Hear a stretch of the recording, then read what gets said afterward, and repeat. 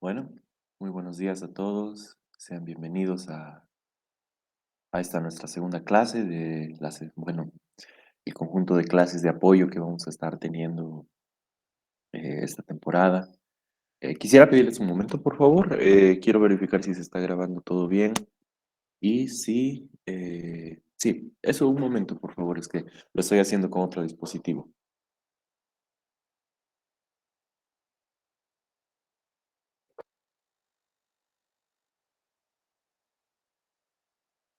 Bueno, parece que todo marcha en orden, así que vamos a dar inicio. En esta mañana, lo que vamos a estudiar en esta mañana es un problema más del formalismo lagrangiano. A pedido de uno de los estudiantes, vamos a dar unos breves comentarios, pero completos, voy a pretender que sean completos, respecto al tema de qué son los grados de libertad. ¿M? Y luego vamos a ver el formalismo hamiltoniano. Esto con miras a un posible examen de mesa, con miras a personas que quieran tomar la materia a futuro y personas que, bueno, ya hayan tomado la materia y quieran hacer un repaso de estos conceptos tan importantes. De acuerdo, vamos a comenzar entonces. Bueno, el problema, déjenme un segundo que lo copie. Un minuto, por favor.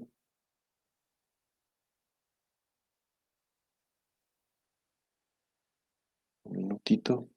Lo tenía abierto y otra vez se cerró. Es un problema muy importante que tiene que ver con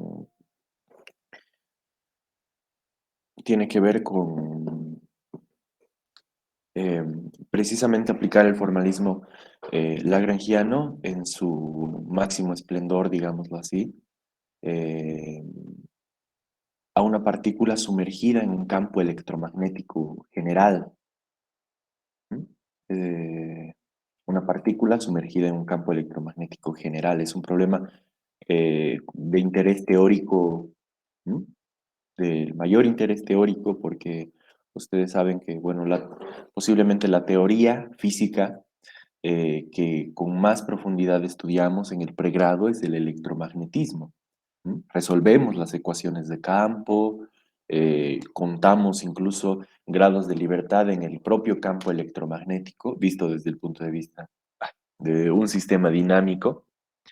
Y bueno, aquí está.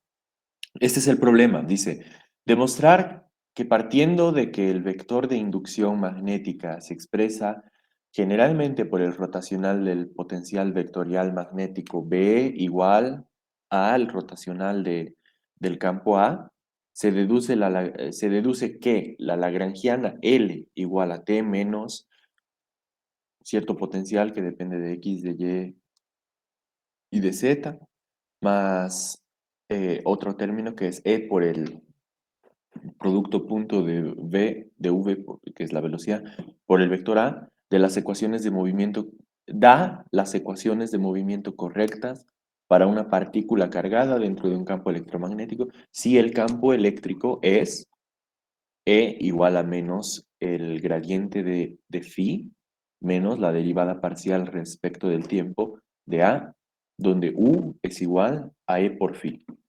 Este es un problema muy importante, con decirles que en el semestre que acaba de pasar, este problema ingresó en el examen, en el segundo examen parcial. Así tal y como está, ¿no? Ingresó el problema al segundo examen parcial, entonces vamos a intentar resolverlo. Primero, la lagrangiana, ¿no? Siempre la lagrangiana eh, se define o la escribimos como T menos V. Pero aquí, este es un caso particular, el caso que nosotros estamos estudiando es un caso particular en que tenemos que añadir un término más para dar cuenta de la presencia del campo magnético. ¿Por qué? ¿Por qué así? Porque eh, tenemos, porque el campo magnético La fuerza magnética no tiene un potencial escalar asociado. No tiene un potencial escalar asociado. Sin embargo, hay razones teóricas. Cuando ustedes vean la materia de electromagnetismo, van a ver por qué la necesidad de incluir este término en la lagrangiana, pero nosotros en el curso de mecánica clásica lo vamos a tomar esto como algo dado, ¿no? O sea, toma esta lagrangiana y calcula las ecuaciones de campo. Muy bien, vamos a hacerlo. Hay razones teóricas aquí para incluir este término en particular. Tiene que ver, bueno, se puede ver esto como una densidad de momento. Bueno, no precisamente, creo que no usé la palabra correcta, pero les digo, ¿no? Hay buenas razones teóricas para la inclusión de este término, y también alguien podría preguntar acerca de la invariancia de calibre de la lagrangiana, ¿no? Porque el campo A es un campo de calibre. Es una discusión muy interesante, muy bonita, pero que se sale del alcance de las clases que queremos, de las que queremos hablar en este momento. Entonces, esta es la lagrangiana. Esta es la lagrangiana, y la energía cinética es un medio. Tenemos una partícula que se mueve con cierta velocidad v. Tenemos el, bueno, la parte eléctrica del potencial, digamos, y tenemos la parte magnética.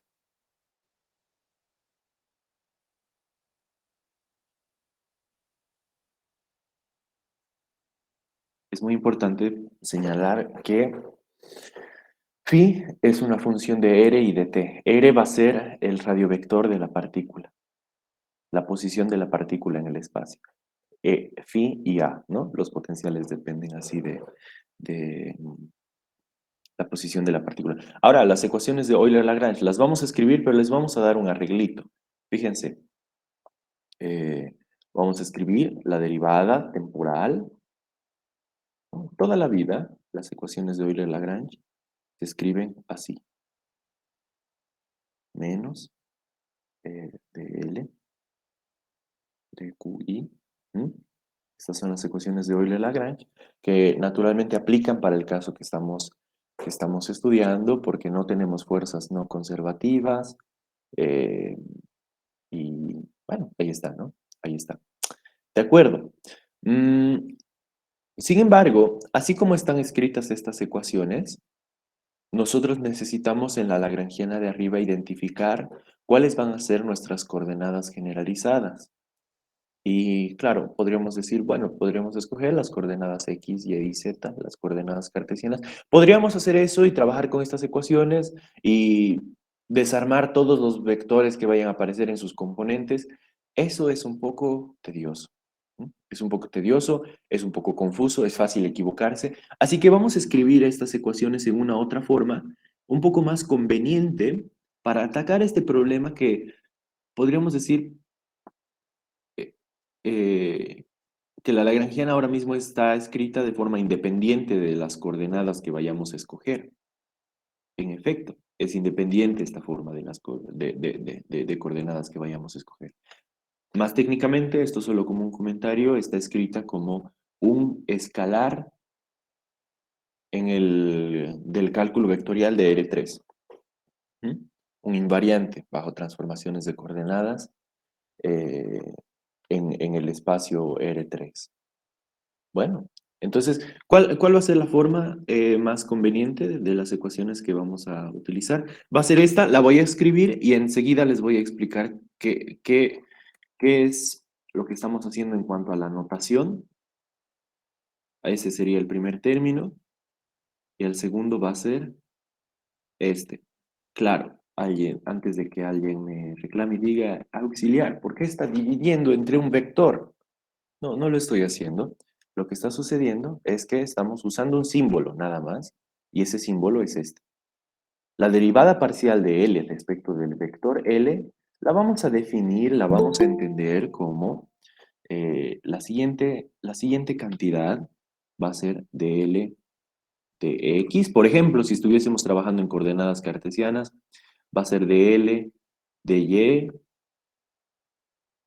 más de L de Z, K. Ahí está.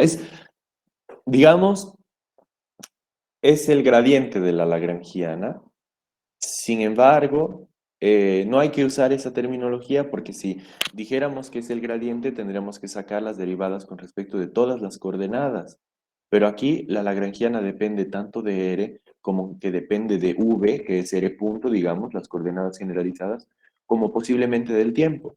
Y vista la lagrangiana como una función de varias variables, en particular esta sería una función de, a ver, 3, 6, 7 variables.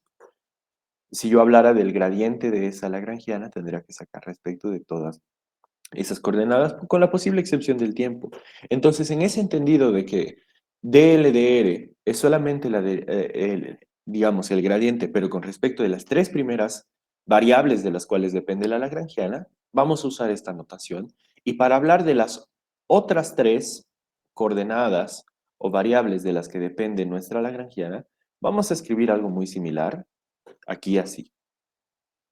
Dl de x punto más dl de y punto j más dl de z punto k.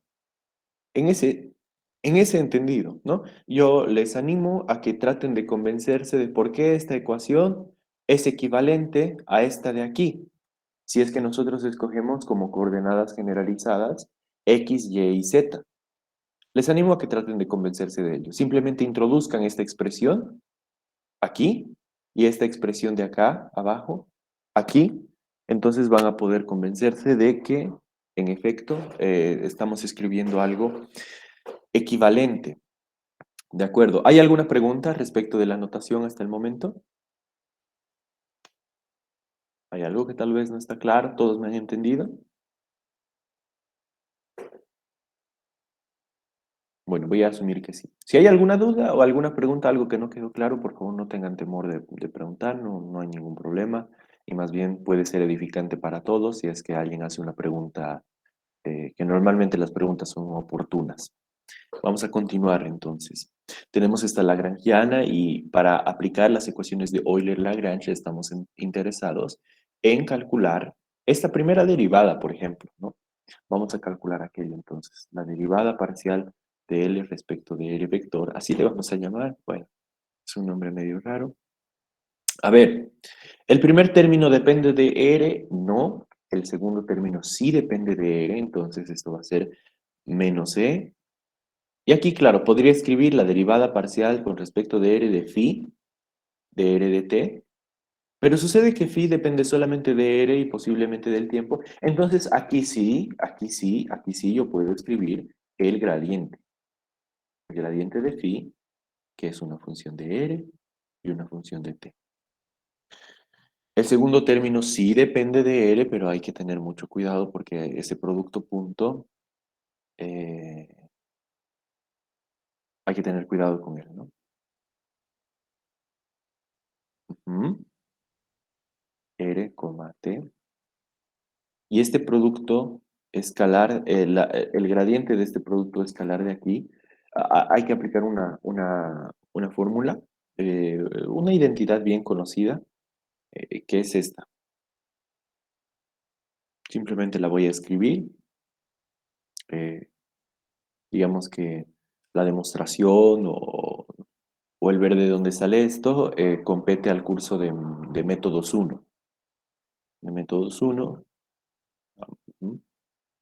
Entonces es este primer término más A, cruz, nabla, cruz, V, ujú, que eso va a ser cero, ¿no? Piensen por favor en por qué tendría que ser cero. No es porque haya alguna propiedad geométrica de el vector V tal que su rotacional sea cero. No va por ahí la respuesta. La respuesta está en, en otra situación. Piensen por favor un momento por qué tendría que ser cero. Este término de aquí también tendría que ser cero. Bueno, la respuesta es que V la estamos viendo como coordenadas independientes de R. Así como veíamos a x punto como una coordenada independiente de x, está sucediendo lo mismo aquí. Por lo tanto, derivadas de v respecto de componentes de r tiene que ser cero. Aquí otra vez tenemos derivadas de v respecto de r y esto también tiene que ser cero. Otra cosita, otra situación para notar es que esto de aquí, recordemos, física 3, 100 elevado a electro, esto es b, ¿de acuerdo? Esto es el vector b. Bueno, entonces tenemos ya tenemos calculada, digamos, o simplificada esta derivada. La derivada de L respecto de R es igual, va a ser igual a menos E por nabla phi, nabla phi, ahora sí, más, vamos a tener ujú, E por todo esto que era lo de abajo, ¿cierto? Eso va a ser V cruz B más B punto nabla A. Ahí está. Esa es la primera, digamos, este término, ¿no? Ya hemos calculado esto, ahora tenemos que calcular esto y derivar con el tiempo. Tenemos que calcular aquello y derivar con el tiempo. Entonces, a ver, veamos la lagrangiana.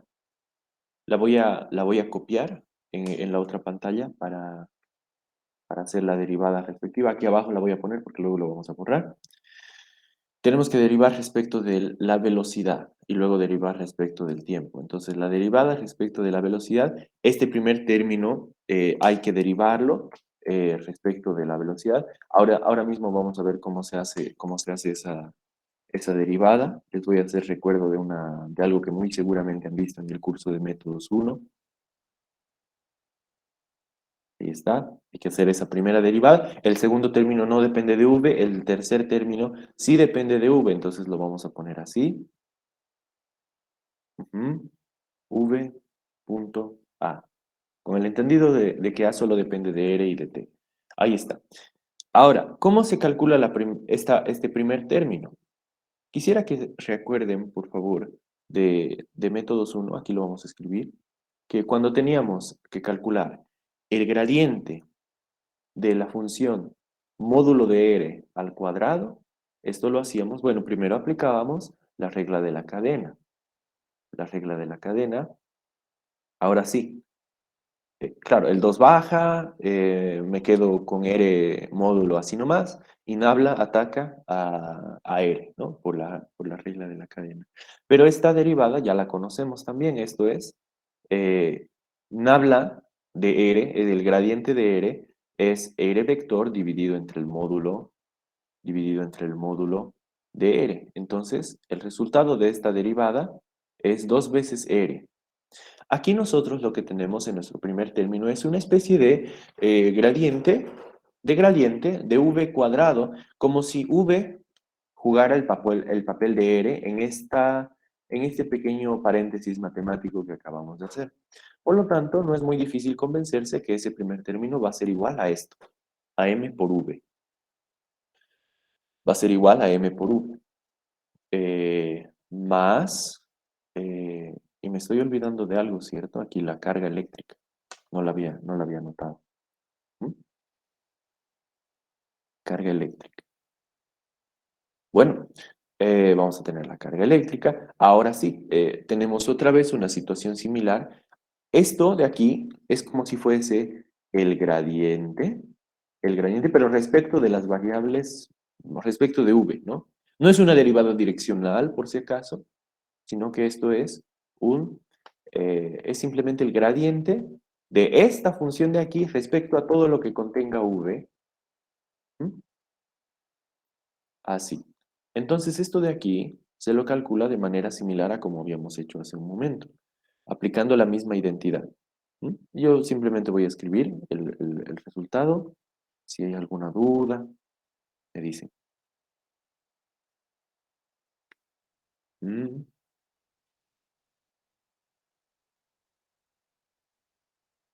ok. Sí, lo que sigue es esto. punto nabla. Ujú. Digamos que si esto llegase a entrar en un examen, obviamente que esta identidad les van a dar, ¿no? Y si no les dan, siempre se puede preguntar, ¿no? Porque es imposible que alguien se sepa esto de memoria. No sé si alguno de ustedes se lo sabe. La verdad es que yo no. Entonces, tenemos esto, tenemos varios términos. Recordemos que A solamente depende de R, por lo tanto, el rotor respecto de V de A es igual a cero. Otra vez, ¿no?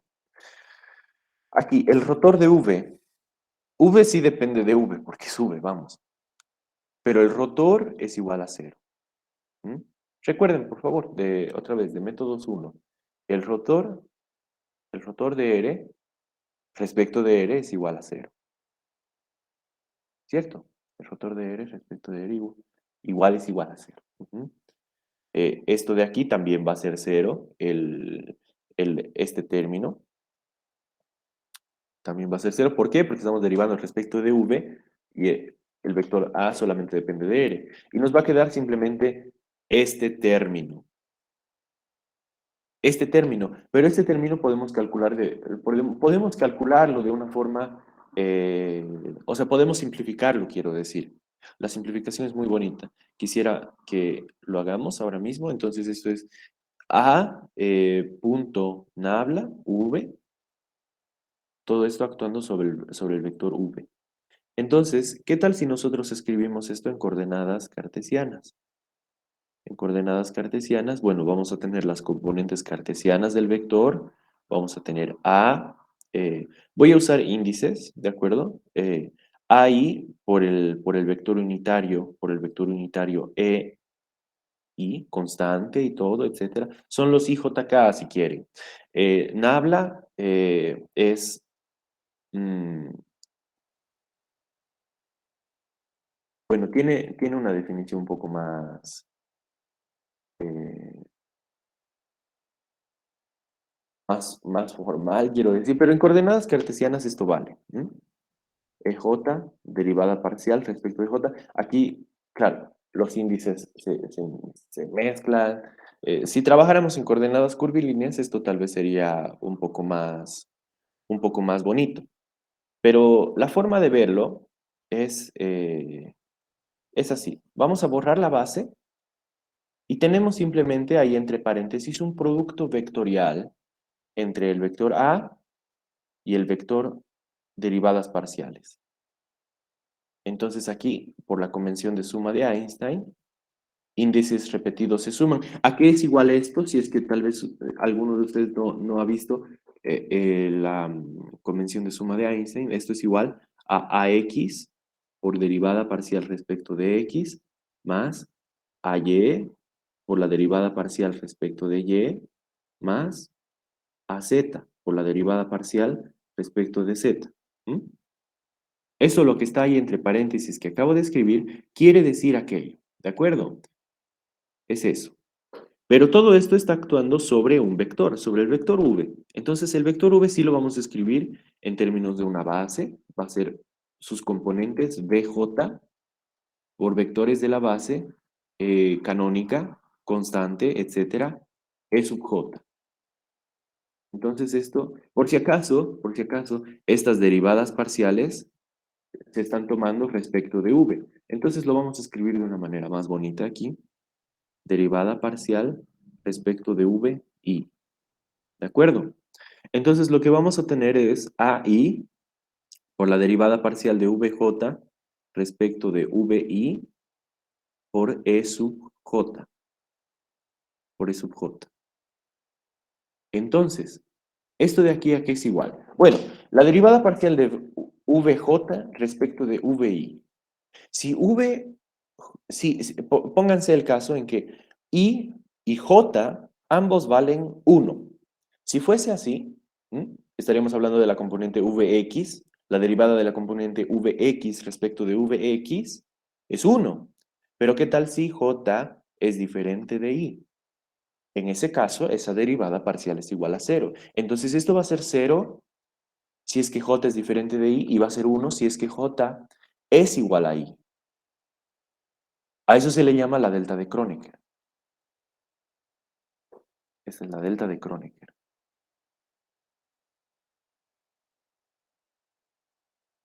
La delta de Kronecker. Es igual a cero cuando J es igual a I y es igual a uno.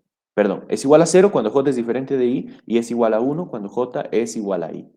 Por lo tanto, cuando nosotros abramos esta sumatoria, noten que aquí hay dos sumatorias, se están sumando los índices I, es decir, algo de esta naturaleza, pero al mismo tiempo tenemos una otra sumatoria aquí con J. Entonces lo que va a suceder es que van a sobrevivir solo los términos en los que J sea igual a I. Es decir, vamos a tener AI por EI. Son los únicos términos que van a sobrevivir en esta sumatoria, pero esto no es más que el vector A. Entonces ahí está. Eso no es más. Déjenme acomodar un poco esto, a ver si me entra. Vamos a apretar un poco aquí las cosas. Si hay alguna duda respecto de esto, que claro, es esencialmente el curso de métodos matemáticos 1, me dice nomás y podemos aclarar sin ningún problema. Entonces esto es igual al vector A, ¿no? Son las componentes de A por los vectores de la base, es I. Esto, digamos, es AX, EX, etcétera, ¿no? AXX más AY, EY, etcétera. Entonces es el vector A. Todo esto de aquí es el vector A, nada más. Ahí está. Entonces vamos a poder escribir la derivada parcial de V, que es lo que queríamos, ¿no? Esta derivada parcial igual a esto más E por A. MV más E por A. Ahí está, esa es la derivada parcial. Y algo muy importante de notar es que si se acuerdan de lo que hablamos ayer para el final de la clase, habíamos definido los momentos generalizados y se habían definido como dl de Q punto, de Q punto I, ¿no? Esta derivada parcial. Entonces aquí nosotros tenemos estos momentos generalizados que va a ser un vector mv, el momento lineal. Noten que P ahora no es el momento lineal, sino que es una otra cosa. Ahí está, ahí está. Ese es el momento canónico, digamos. Se llama momento canónico, momento generalizado, momento conjugado. am, y hay alguna otra palabra más que usan por ahí en los libros, pero esas son, ¿no? Las palabras que usan. Entonces ya tenemos esta derivada. ¿Qué tal si hacemos lo que nos habían pedido, que era sacar la derivada temporal de esto mismo? Entonces vamos a hacer esto. Esto es igual a m por la derivada parcial, perdón, por la derivada respecto del tiempo de la velocidad, más e. Ahora sí, mucho cuidado acá. Derivada temporal de a respecto del tiempo. Esto no es igual a su derivada parcial. Recordemos que a depende de r y de t. Entonces esto va a ser igual a m, un segundo, va a ser igual a m por la derivada temporal más e por, ahora sí, esto de acá ser igual, recordemos, regla de la cadena de ya sea cálculo 2 métodos matemáticos 1 tenemos la derivada temporal de algo que depende de una función del tiempo, y del tiempo también, ¿no? Porque R es una función del tiempo, R es una función del tiempo. Por lo tanto, esa derivada va a ser igual a este término primero, todo esto proviene por la regla de la cadena. Este primer término más este otro término. Más este otro término. ¿Cómo así? ¿Qué es esto? Esto es igual a lo siguiente. Es igual a, lo vamos a escribir así. V es dr punto dt, ¿no? Dr punto dt, esto actuando sobre el vector A. Eso no va a ser más que, digamos, dx dt por la derivada parcial de A respecto de x, el vector A, más dy dt por la derivada parcial del vector A respecto de Y, más lo mismo con Z, ¿no? Entonces es evidente que estamos aplicando la regla de la cadena, porque aquí está X, aquí está X, aquí está Y, aquí está Y, aquí está Z y aquí está Z, solo que no los he escrito. Y aquí está este otro término que proviene de la misma razón. No es como si tuviésemos, para este término hemos escrito algo muy similar a lo de aquí abajo, pero lo que hemos hecho ha sido sacar la derivada de t respecto de t, por la derivada parcial de a respecto de aquella otra coordenada que este, ¿no? Pero este es uno, ¿no? Por eso esto aparece ahí solito.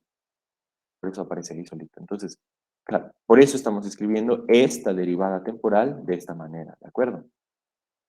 Voy a borrar, si hay alguna duda me dicen nomás.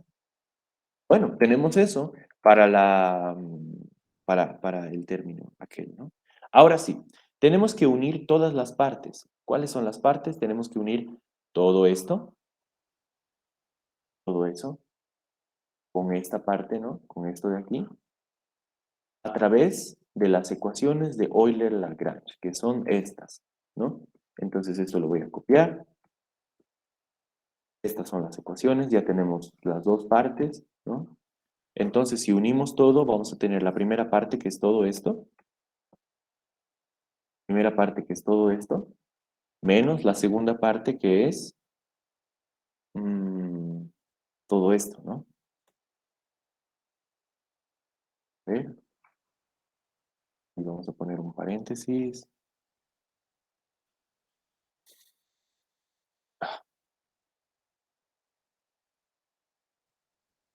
Ahí está. Todo esto es igual a cero, pero en lugar de escribir igual a cero, simplemente esto lo podemos mandar aquí al otro lado con el signo cambiado y aquí queda un igual, ¿no? Igual. Fíjense, la buena noticia que es que este término se cancela con este. ¿Mm?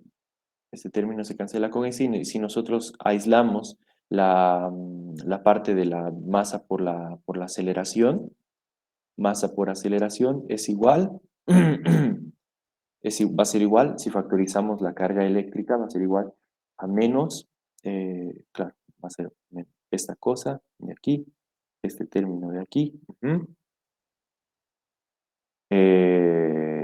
más, correcto, más V por B. Ahí está. Claro, pero ¿qué es esto? Esto según lo que, bueno, si se acuerdan de electro perdón, de física 3 mejor, si nos acordamos de física 3 claro, en electrostática, estito nomás, menos nabla phi, era el campo eléctrico.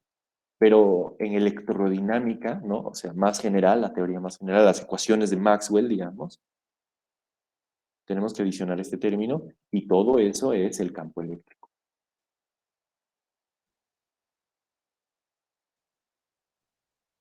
Claro.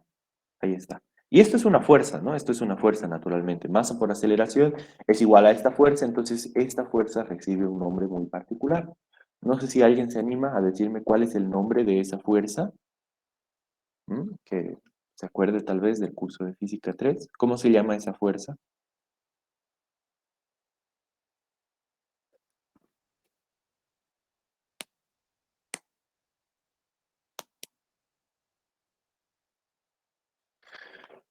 ¿Alguien?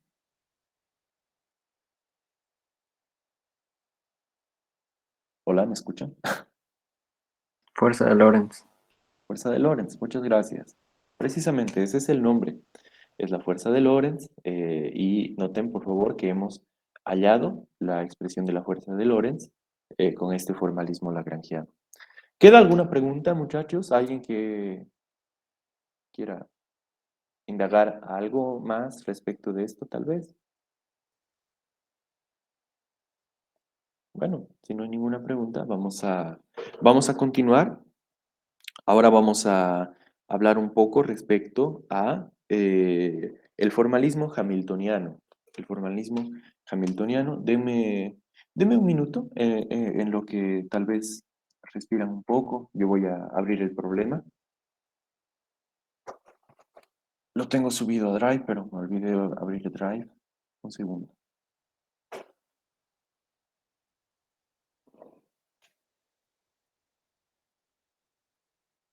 Ujú,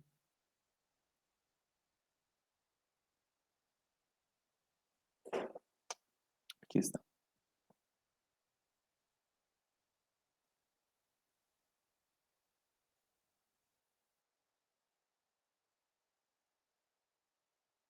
Bien, vamos a resolver este problema y en lo que vamos resolviéndolo, vamos a ir introduciendo los conceptos de el formalismo hamiltoniano necesarios para hacer este problema. Resolver el problema del movimiento de un proyectil de masa m bajo la acción de la gravedad en dos dimensiones, estudiado en física 1 como lanzamiento de un proyectil con ángulo de elevación. Encontrar las ecuaciones del movimiento de Hamilton. Muestra el sistema de referencia usado. Bueno, hay una especie de receta para nosotros construir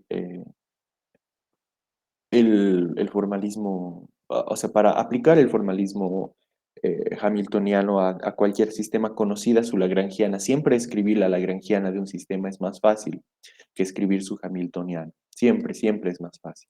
Entonces, el primer paso, vamos a ponerlo como si fuese una receta, aunque esa no es la intención, escribir la lagrangiana.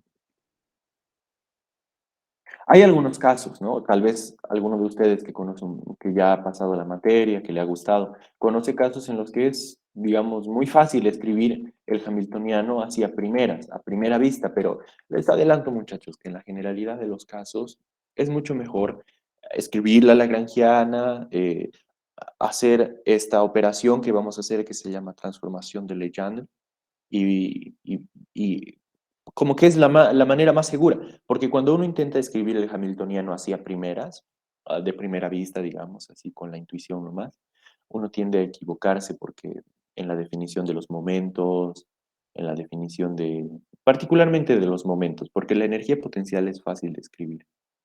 ¿Mm? Y les adelanto que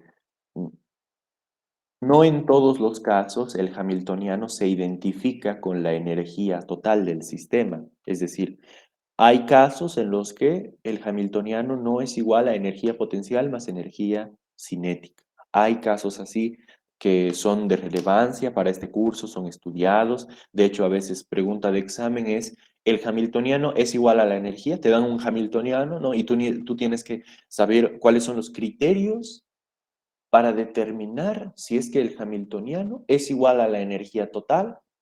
Eso en primer lugar, y en segundo lugar hay un otro criterio para determinar si el hamiltoniano se conserva, es decir, su derivada temporal es igual a cero, independientemente de si es igual a la energía o no. Hay problemas que yo he visto en los que el hamiltoniano se conserva, pero la energía no. Y bueno, son bien interesantes, son bastante interesantes. Entonces, la lagrangiana es esta, ¿no? La hemos estudiado en el primer problema que hicimos la clase pasada. Esta es la lagrangiana de un cuerpo que se mueve en un campo gravitacional homogéneo, uniforme, vertical y hacia abajo. ¿De acuerdo? Eh, escrita la lagrangiana, el siguiente paso es escribir, hallar, o bueno, escribir los momentos conjugados. Escribir los momentos conjugados. Conjugados, generalizados, también se llaman momentos canónicos. ¿M? Recordemos la definición, el momento conjugado se define, esta es una definición, como la derivada parcial de L respecto de Q punto I. En este caso, X y Y juegan el papel de Q. ¿Cierto? Entonces vamos a tener, digamos, un momento asociado a la variable x. Vamos a tener dos, ¿no? Y corre de 1 a 2 y el subíndice 1 lo vamos a entender como el subíndice x porque es la variable x, ¿no? Es la variable x. El momento asociado a x va a ser la derivada parcial de L respecto de x punto y eso no es más que mx. Claro, en este caso sí es la componente del momento lineal, pero como les dije, no en todos los casos los momentos conjugados son iguales a las componentes del momento lineal. Eso sería para las componentes del momento lineal. El segundo paso es despejar las velocidades. Despejar las velocidades y con eso me refiero a poner a las velocidades generalizadas Q punto como funciones de X y de los momentos, perdón, como funciones de Q y de los momentos P. Entonces, aquí está muy fácil. Es muy importante este paso de despejar las velocidades. De hecho, muchas veces es donde está la dificultad del problema. Y hay teorías en las cuales hacer este despeje no es posible. Hacer este despeje no es posible, se dice que el sistema es degenerado, pero igual se puede tratar un sistema degenerado en el que hacer este despeje no es posible. El tratamiento es muy elegante, es muy bonito y de hecho, digamos, el precursor en el tratamiento de sistemas degenerados fue Paul Dirac, el mismo de la ecuación de Dirac. Él, de hecho, creo que hizo su tesis de doctorado en sistemas hamiltonianos con vínculos, así se llaman a los sistemas degenerados en los que este despeje no se puede hacer. Entonces Dirac y otras personas más, naturalmente, trabajaron en sistemas de esa naturaleza. Algo que sí es que en todos los sistemas en el curso de mecánica clásica nosotros vamos a poder despejar las velocidades. Y ya si a ustedes les gusta un poco más el tema de, o sea, o les llama la atención cómo es que se resolvería un sistema en el que este despeje no se puede hacer, yo les puedo dar algunos artículos, algunos papers bastante famosos, conocidos respecto a este tema. Si alguien tiene interés, al final de la clase me puede preguntar o, o en cualquier momento igual no hay problema y le puedo pasar un poco de material porque es un tema apasionante. De hecho, un comentario más y con esto termino.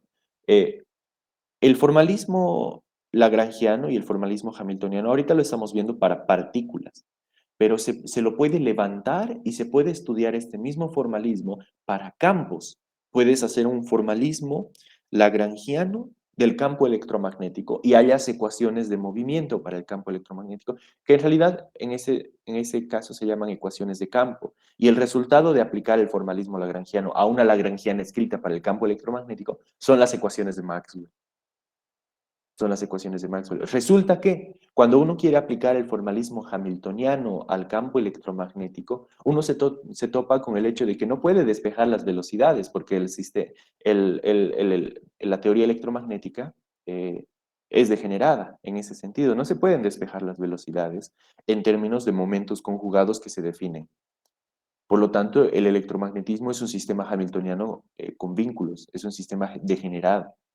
Y el aplicar el formalismo que Dirac construyó eh, es, devuelve mucha intuición física a la pregunta de por qué existe la libertad de escoger el potencial escalar, por ejemplo, y la libertad de escoger el potencial vector con cierta arbitrariedad. Recuerden ustedes de mecánica, bueno, de física 3 que tenías el potencial vector, pero si al potencial vector le sumabas cualquier gradiente de cualquier función, el campo magnético era invariante respecto de esa transformación.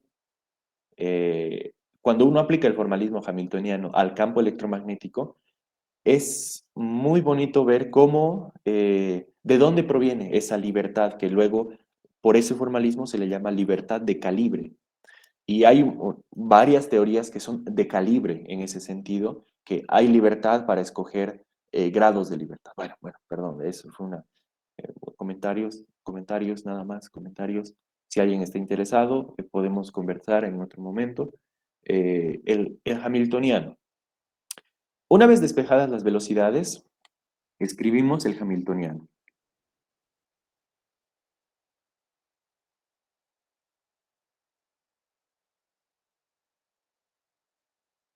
Escribimos el hamiltoniano y el hamiltoniano se lo define de la siguiente manera. Es una función h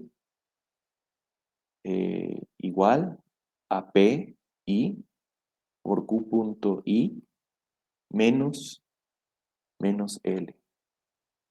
Lo que estamos haciendo, esta fórmula lo que dice es que estamos haciendo una transformación de Legendre a la lagrangiana para obtener el hamiltoniano. Lo que sucede aquí es que tenemos que tener mucho cuidado con la dependencia funcional de las cosas, porque ya en el paso previo hemos despejado las velocidades, entonces las velocidades van a ser funciones de las coordenadas generalizadas, posiblemente. En este caso no lo son, pero en general van a serlo. Van a ser funciones de las coordenadas generalizadas, van a ser funciones de los momentos generalizados y posiblemente del tiempo en algunos casos. Posiblemente del tiempo en algunos casos. Pero lo vamos a dejar ahí, ¿ya? Lo vamos a dejar ahí. La lagrangiana, fíjense cómo se había definido, es función de las coordenadas generalizadas y de las velocidades generalizadas. Pero nosotros ya hemos despejado las velocidades generalizadas, por lo tanto, la lagrangiana va a ser una función de las coordenadas generalizadas, va a ser una función de las velocidades generalizadas, pero que son función de las coordenadas, vamos a usar otro índice, L, y de los momentos PL y posiblemente del tiempo. ¿Mm? Posiblemente del tiempo. O sea, la idea de hacer esta transformación no es más que hacer un cambio de variables. O en realidad estamos definiendo nuevas variables. Estamos definiendo nuevas variables, las cuales son los momentos y las vamos a usar como variables. Entonces el hamiltoniano es una función de las coordenadas, es una función de los momentos y es una función del tiempo. ¿De acuerdo? Esa es la forma funcional del hamiltoniano. Hay que tenerla muy en cuenta siempre, porque si tú trabajas con un hamiltoniano y usas las velocidades en lugar de los momentos, algo no está bien, ¿sí? Algo no está bien. El formalismo matemático pide que hagamos esto porque esta transformación de ir de lagrangiano al hamiltoniano es ir de las velocidades generalizadas a los momentos generalizados. ¿De acuerdo? Tenemos el hamiltoniano. Ah, pero ¿cómo es el hamiltoniano para este caso? Claro, lo vamos a encontrar. Entonces, el hamiltoniano, habíamos dicho, va a ser igual a la suma. Aquí hay una suma que se está sobreentendiendo, ¿no? Se están sumando PI, P1 por Q1 punto, más P2 por Q punto 2, etcétera. ¿No? Entonces, en este caso va a ser, la historieta va a ser como sigue. ¿Mm? Vamos a tener Px por X punto más Py. Hay que sumar a través de todas, ¿no? A través de todas. Y punto. Esas son todas y tengo que poner la lagrangiana, voy a copiar la lagrangiana aquí, pero con las velocidades despejadas y puestas en términos de los momentos, ¿cierto? Esto va a ser un medio. X al cuadrado punto. X punto es px sobre m. Entonces esto va a ser px al cuadrado dividido entre m al cuadrado mm, ujú, más py al cuadrado dividido entre m al cuadrado eh, menos mgy. Menos mgy. ¿De acuerdo? Entonces ya no vamos a necesitar la lagrangiana y aquí lo único que tenemos que hacer es hacer las cuentas que siguen, ¿no? Hacer las pequeñas cuentas que restan a continuación, simplificar lo más que podamos.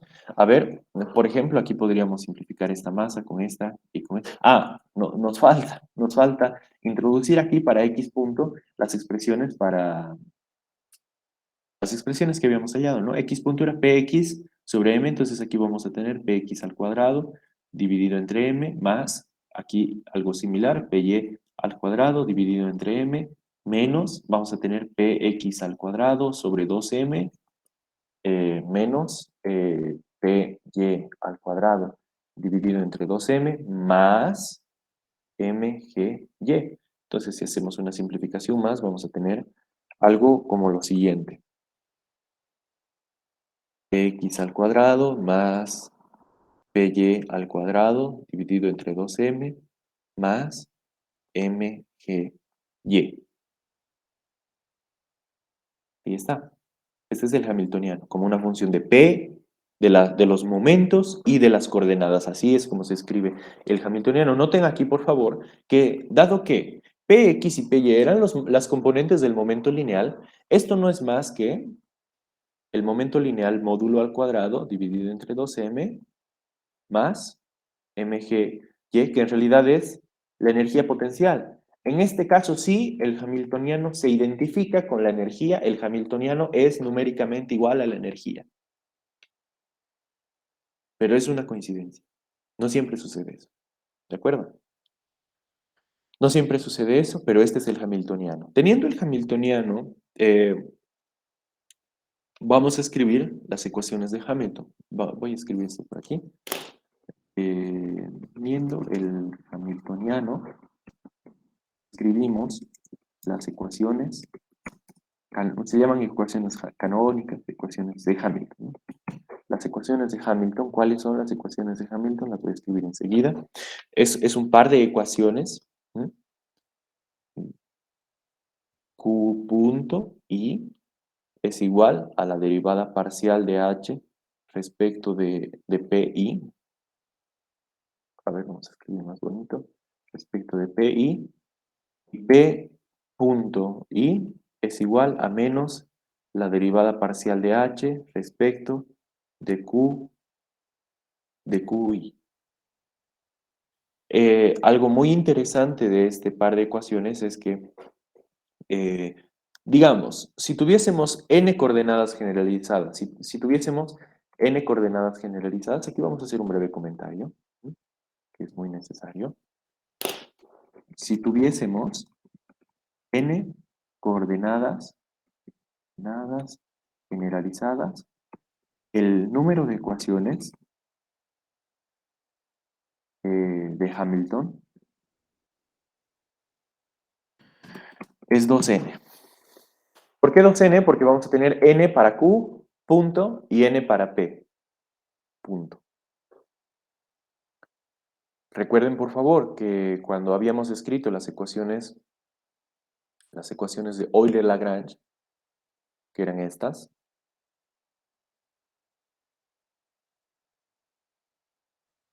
¿cuántas ecuaciones de Euler-Lagrange teníamos? Teníamos n ecuaciones. Entonces, alguien podrá preguntar, auxiliar, entonces estamos sobredeterminando el sistema, estamos poniendo más ecuaciones de las que necesitamos. La respuesta es que no, porque cuando escribimos las ecuaciones de Euler-Lagrange tenemos n ecuaciones de segundo orden, n ecuaciones de segundo orden. En cambio, cuando escribimos las ecuaciones de Hamilton tenemos dos n ecuaciones, pero de primer orden. Todas ellas son de primer orden.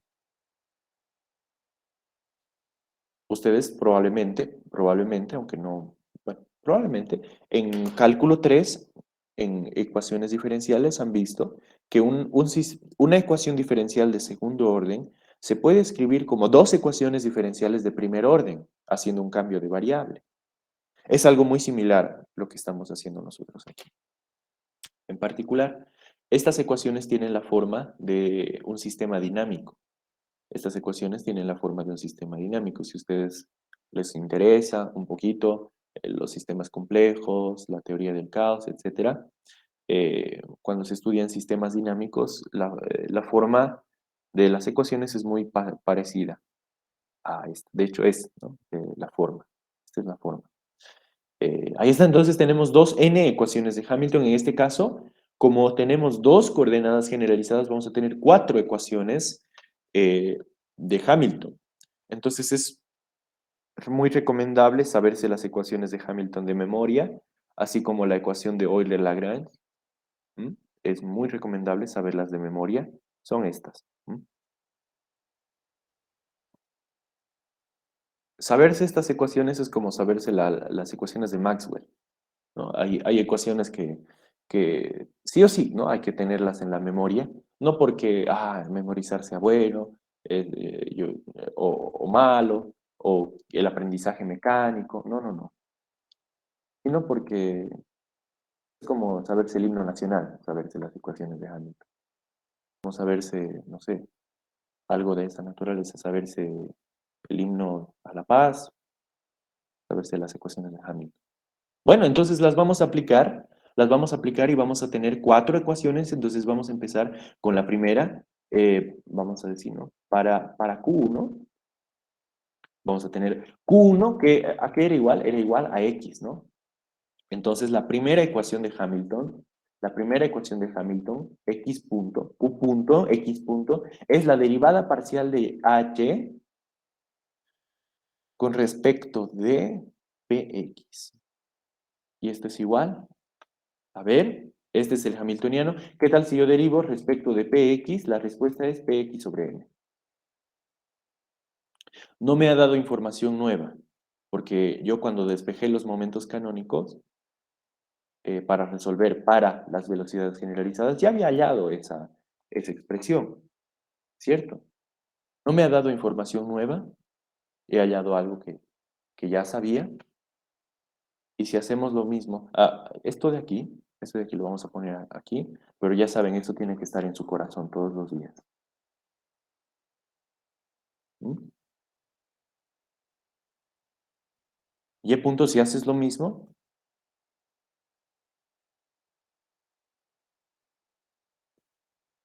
esto va a ser igual a PY dividido entre M. Ahí está. Bueno, no nos ha dado información nueva. Vamos a ver qué onda. A ver aquí, esto es para Q2. Para Q2 igual a Y. Ahora vamos a ver qué onda con los momentos para P1, que es igual a PX, ¿no? Entonces agarras esta y hay que hacer Px punto es igual a la parcial de H respecto, menos la parcial de H respecto de X. El hamiltoniano no depende de X explícitamente. Por lo tanto, esta derivada parcial es igual a cero y la derivada de Px es igual a cero. Recuerdan que habíamos dicho la clase pasada que el momento lineal en caída libre, cuando consideramos solo un campo gravitacional en el eje Y, en caída libre el momento en X se conserva. Ahí está, otra vez, de nuevo lo mismo. De nuevo lo mismo. Para P2, la situación es un poco más interesante. P2 habíamos definido como Y, PY punto es igual a menos la derivada parcial de H respecto de Y. A ver, menos mg, ¿no? Menos mg. Ahí está. Tenemos cuatro ecuaciones de Hamilton y, a ver, quisiéramos ver si esto reproduce lo que ya sabíamos de la mecánica lagrangiana. ¿Qué tal si esta expresión que tenemos para Px la introducimos aquí? Lo único que vamos a hallar es lo que ya sabemos, ¿no? El momento lineal en X se conserva. ¿Qué tal si hacemos algo similar aquí? Y es igual a my punto. Pero aquí tengo py punto, entonces esto va a ser my2 puntos es igual a menos mg. Segunda ley de Newton. Otra vez, ¿no? Otra vez vemos que tenemos formalismos equivalentes. Ya hemos visto tres. En el curso de mecánica clásica se suele ver el formalismo newtoniano, el formalismo lagrangiano, el formalismo hamiltoniano y una extensión del hamiltoniano que es el formalismo de Hamilton-Jacobi, que es muy bonito, es muy elegante, que se lo ve para el final del curso y es tal vez de lo más poderoso que se ve en el curso de mecánica clásica porque la ecuación de Hamilton-Jacobi se puede extender a teorías más. De hecho, la ecuación de Hamilton-Jacobi es como la versión clásica de la ecuación de Schrödinger. Es la versión clásica de la ecuación de Schrödinger. Bien, ¿alguna pregunta, muchachos? ¿Alguna pregunta, alguna consulta?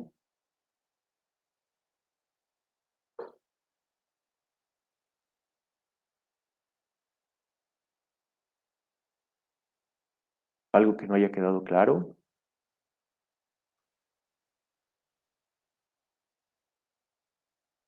No creo que sea tan bueno explicando. Vale, está bien, no hay problema.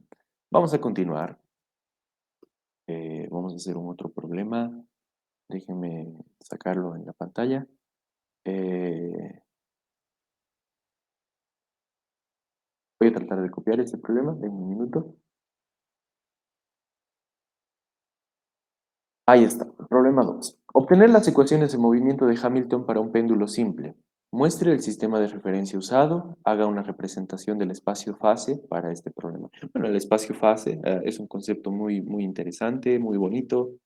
Eh, bueno, entonces vamos a construir el formalismo hamiltoniano para este péndulo simple. Y lo primero que vamos a hacer es, bueno, tratar de hacer un dibujo, ¿no? Un dibujo. Digamos que este es un techo, aquí tenemos una vertical, y aquí va a estar el péndulo, ¿no? Oscilando ahí arriba. Tenemos este péndulo va a describir una trayectoria, si los ángulos son pequeños, el péndulo va a describir una trayectoria circular, si no son pequeños es complicado, es complicado, pero no vamos a suponer nada respecto de la trayectoria, simplemente es por motivos del dibujo. Si el péndulo, digamos, si la masita no fuese lo suficientemente pesada, este péndulo haría una trayectoria como esta. En algún momento la cuerda estaría así, así, así. Digamos, si la masa de la cuerda no es despreciable, esta sería la trayectoria del péndulo. Pero vamos a suponer esas cosas, ¿no? La masa de la cuerdita es despreciable, la pelotita es muy pesada, etc. Aquí vamos a tener cierto ángulo y tenemos que definir a partir de qué punto vamos a comenzar a medir las alturas. Entonces, lo mejor es, puedes poner el que quieras, en realidad, hay arbitrariedad en eso, ¿no? Otra vez hay una simetría ahí, escondida. Bueno, mm, vamos a medir las alturas a partir de esta línea roja y a esto le vamos a llamar H, pero sería muy bueno poner H en términos del ángulo, ¿no? Entonces, si la longitud de la cuerda es L, la masa de la cuerda es M, esta longitud de aquí, es L por el coseno de teta. Entonces, H es igual a L por 1 menos el coseno de teta. ¿Mm? Porque todo esto es L, yo quiero saber este pedacito, tengo que quitar este a L, ¿cierto? Entonces el resultado es ese. Eso es H, eso es H. Y es importante porque vamos a escribir la energía potencial como MGH. MGH. Entonces, la lagrangiana es un medio de la masa por la velocidad, pero la velocidad de esta partícula es simplemente su velocidad angular, ¿cierto? Porque, bueno, estamos haciendo esa suposición, ¿no? De que L, en realidad, en lugar de suponer que es una cuerda, ¿qué tal si suponemos que es una barra rígida sin masa? Algo que no existe en el universo, pero, eh, bueno, ustedes saben, ¿no? El chiste de la vaca esférica. L al cuadrado.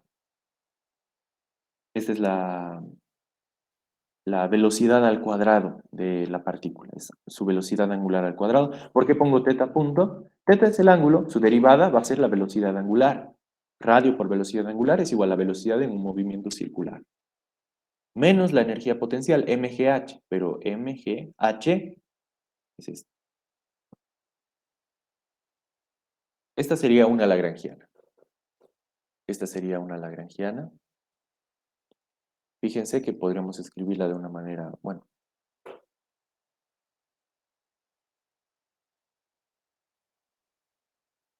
algo así. Noten que esto de aquí es una constante y cuando tenemos la lagrangiana nosotros lo que hacemos es sacar derivadas. Entonces esta constante en todas las instancias en las que tomemos derivadas va a ser ignorada, ¿no? Esta constante perdón, un segundo, porque su derivada es igual a cero. Podríamos despreciarla, pero la vamos a dejar ahí de todas maneras. La vamos a dejar ahí. Eh, de hecho, vamos a construir el hamiltoniano, pero del hamiltoniano igual sacamos derivadas. Tenemos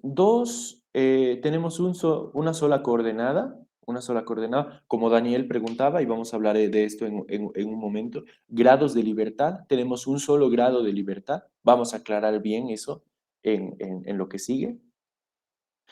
Entonces esto es igual. No, vamos a hallar los momentos, ¿no? El único momento que tenemos es asociado a la coordenada teta, es igual a dl de teta punto, esto es igual, no va a ser más que m l al cuadrado teta punto. Y esto no es más que el momentum angular. Esto no es más que el momentum angular. Habíamos visto hace un momento, o sea, lo que se hace para construir el formalismo hamiltoniano es despejar las velocidades generalizadas. Entonces vamos a hacer aquello, vamos a despejar las velocidades generalizadas. La única velocidad generalizada que tenemos es esta, y el despeje sería este. Muy fácil. Este sería el despeje, ¿no? Tenemos la velocidad generalizada esta. Entonces, vamos a construir el hamiltoniano. Recuerden que el hamiltoniano era P sub i por Q punto i. Pero como i vale solamente 1 porque tenemos una sola coordenada generalizada, aquí vamos a tener P sub teta por teta punto menos la lagrangiana. Eso va a ser igual. Vamos a ir introduciendo lo que ya tenemos. Teta punto es P sub teta dividido entre M por L al cuadrado menos la lagrangiana, que es todo esto, pero vamos, bueno, vamos a usar esta expresión de aquí y vamos a introducir lo que ya sabemos para teta punto. Teta punto es P al cuadrado dividido entre M al cuadrado L a la cuarta. ¿De acuerdo? Y nos falta poner la parte de la energía potencial, mgl por el coseno de teta más mgl. De acuerdo. Entonces, bueno, el hamiltoniano es igual. Aquí, esto se va con esto, ¿no? Y nos queda P sub teta al cuadrado dividido entre 2ml al cuadrado menos, más, menos mgl por el coseno de teta más mgl. Ahí está. Ese es el hamiltoniano. Entonces, teniendo el hamiltoniano, vamos a aplicar las ecuaciones de Hamilton. Voy a copiar el hamiltoniano en esta pantalla.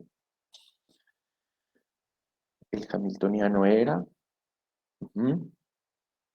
P sub teta al cuadrado dividido entre 2ml al cuadrado ah, menos mgl por el coseno de teta más mg por L. Las ecuaciones de Hamilton, como ya espero que, bueno, de memoria, teta punto es igual a la derivada parcial de h respecto de p sub teta, y esto va a ser igual a ver, p sub teta dividido entre ml al cuadrado. No nos ha dado información nueva otra vez porque ya sabíamos eso, pero lo que sí nos va a dar información nueva es la derivada de p sub teta es igual a menos la derivada parcial de h respecto de teta.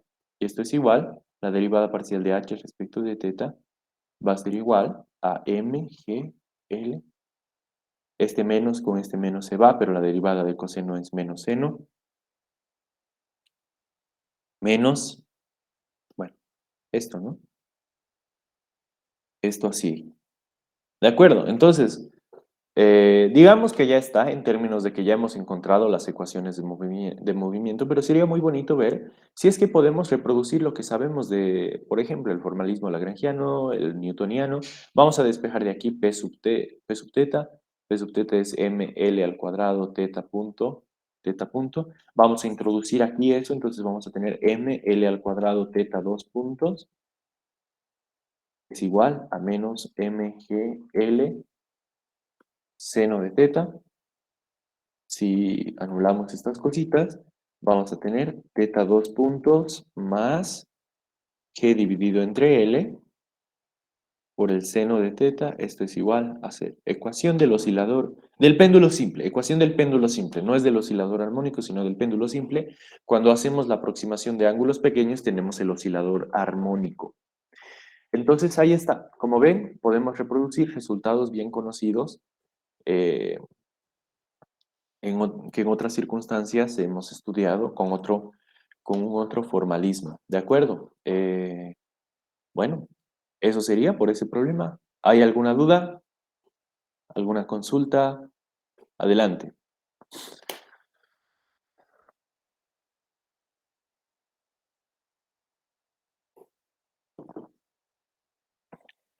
Bueno, si no hay dudas, si no hay consultas, vamos a hacer lo siguiente, muchachos. Vamos a darnos un breve descanso de 3 minutos. Vamos a continuar a las 11:15, ¿de acuerdo? Un descanso de 3 minutos para respirar, para que yo respire. En 3 minutos nos hablamos.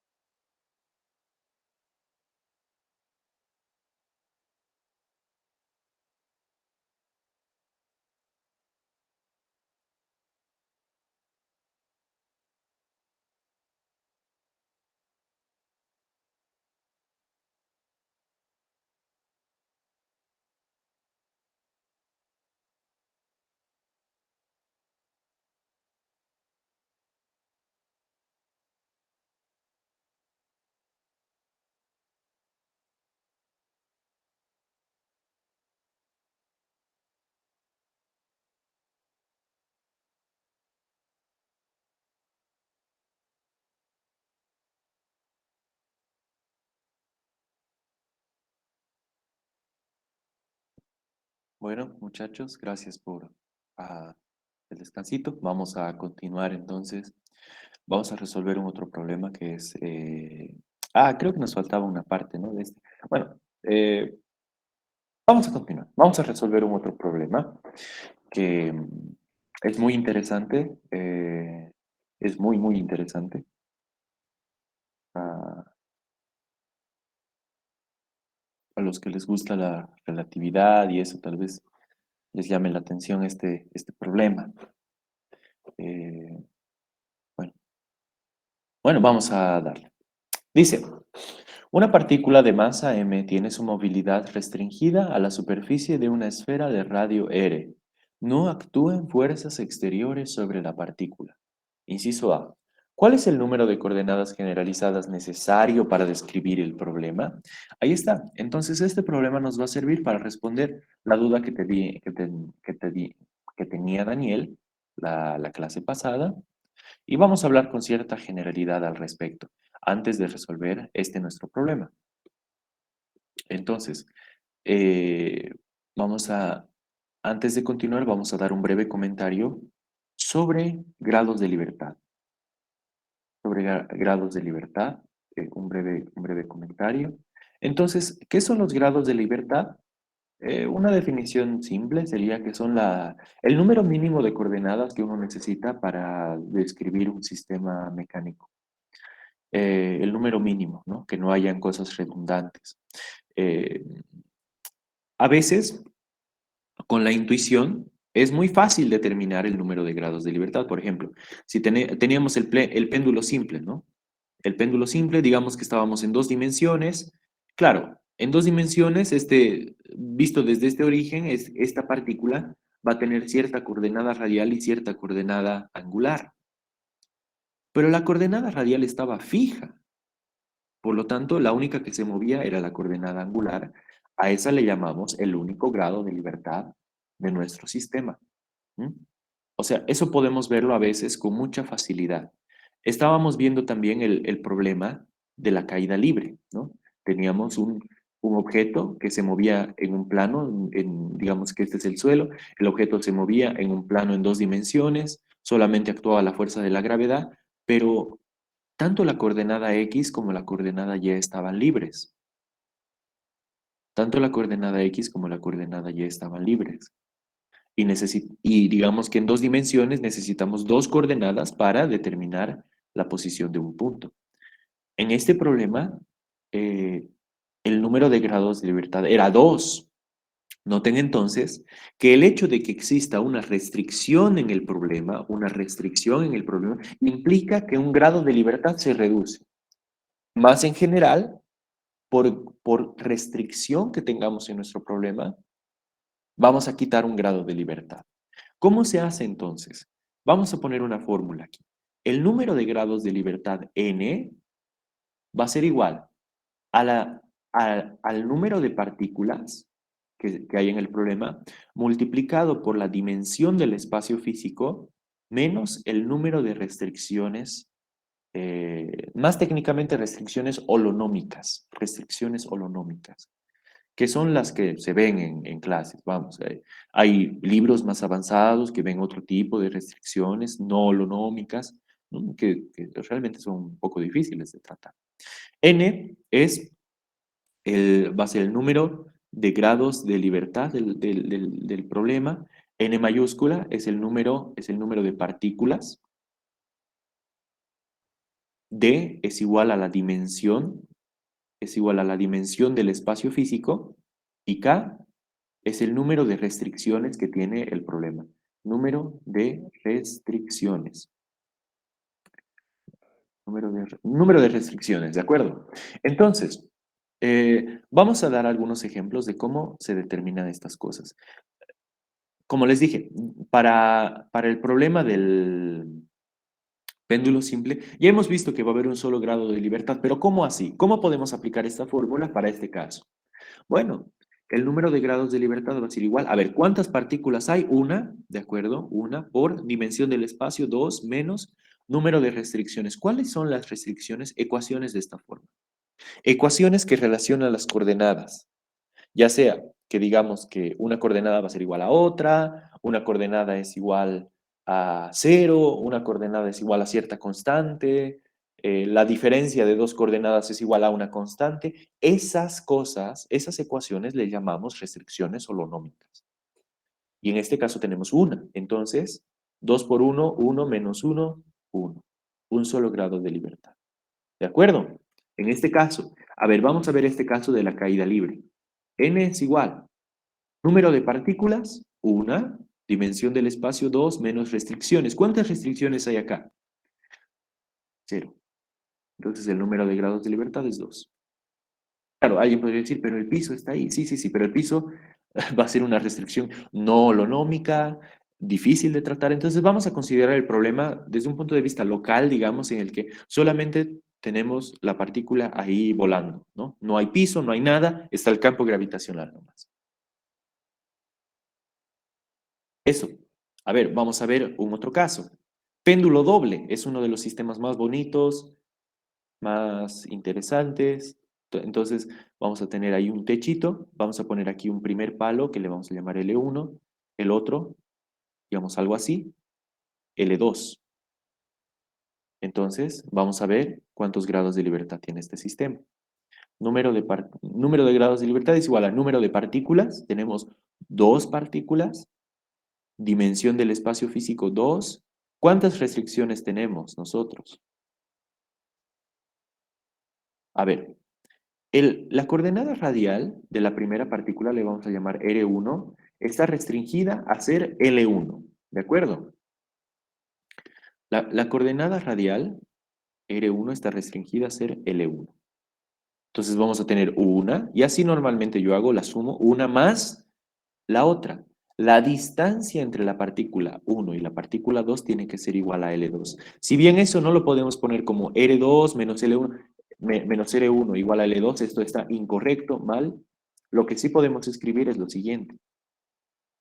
El módulo de las distancias R2 menos R1 debe ser igual a L2. Esta es una ecuación que relaciona las variables. Entonces es una restricción holonómica y vamos a tener una otra restricción más. Entonces el número de grados de libertad de este sistema, no sé qué acabo de hacer, este palo se fue.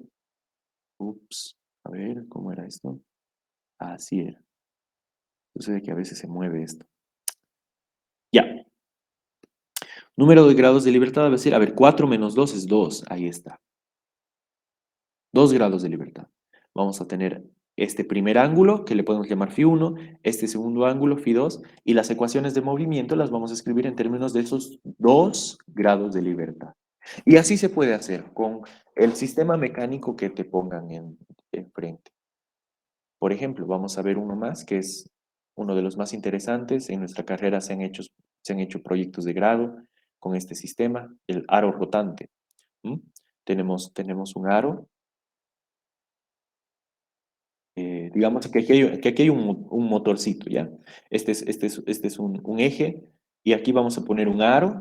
Este aro está rotando, este aro está rotando y en este aro hay una partícula como si fuese una cuenta, ¿no? La cuenta de un ábaco, como si fuese una cuenta. Entonces, digamos que a partir del centro del aro hay cierto ángulo phi. Entonces vamos a contar los grados de libertad para este problema. Si ustedes tienen una intuición más o menos ejercitada, ya se darán cuenta que hay un solo grado de libertad para este problema, pero vamos a hacer la cuenta de todas maneras. N es igual, número de partículas es 1, dimensión del espacio físico 3, 3 dimensiones es un aro rotante, vamos, ¿no? Menos, ahora sí, número de restricciones. Número de restricciones. El número de restricciones va a ser, a ver, la primera restricción va a ser que la partícula está restringida a moverse solamente en lo que es el aro, ¿cierto? Entonces esa es una, es decir, la distancia de la partícula con respecto del centro del aro es constante, por lo tanto esta es una restricción, pero va a haber una más. ¿Cuál es esa otra restricción? ¿Cuál es esa otra restricción? Ahora sí, pregunta para el público. ¿Cuál piensan que va a ser la otra restricción? ¿Quién se anima a participar?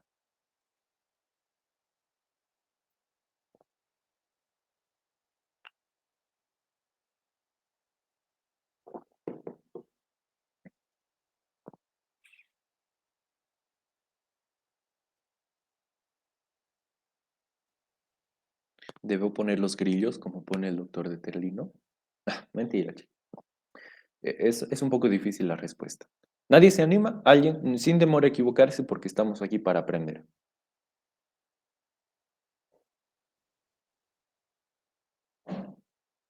De acuerdo, entonces yo les voy a decir la respuesta. Tenemos a la partícula restringida a moverse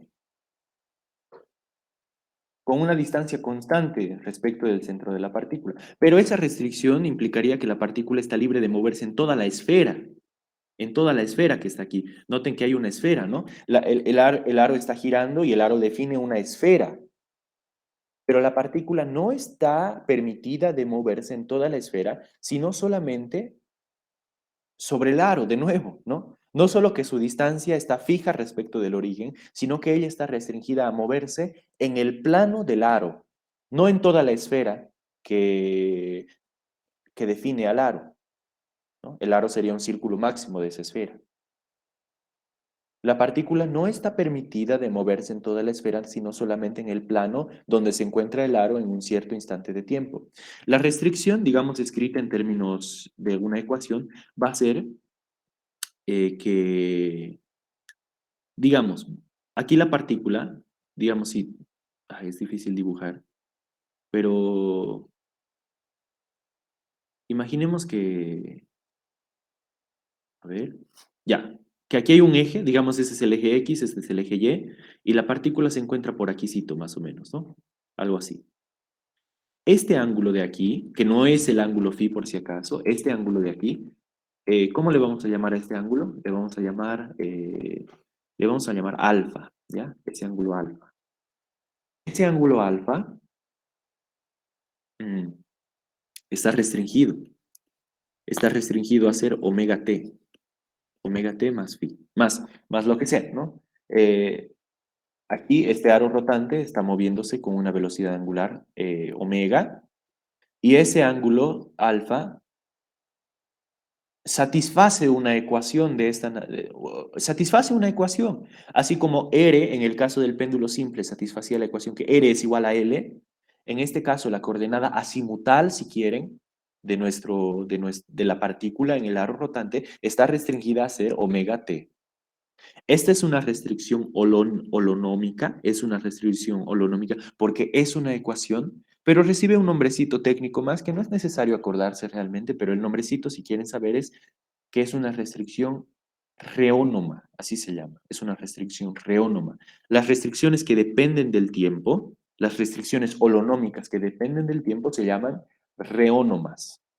Esta restricción holonómica no depende del tiempo, se llama esclerónoma. Bueno, son nombres muy raros, ¿no? Mejor es decir, bueno, la restricción no depende del tiempo. Y si sí depende, decir que sí depende. Pero a la gente les gustan los nombres extraños, así que nos vamos a acostumbrar a eso. Hay una restricción más. No solo que la coordenada radial de la partícula está fija, sino que esta coordenada angular está restringida a que la partícula en todo tiempo esté en el plano del aro, es decir, no puede estar en toda la esfera, en cualquier punto de la esfera, tiene que estar en el plano del aro, pero el aro está girando, ¿no? El aro está girando, entonces vamos a tener al final del día, ¿cuántas restricciones? 3 menos 2,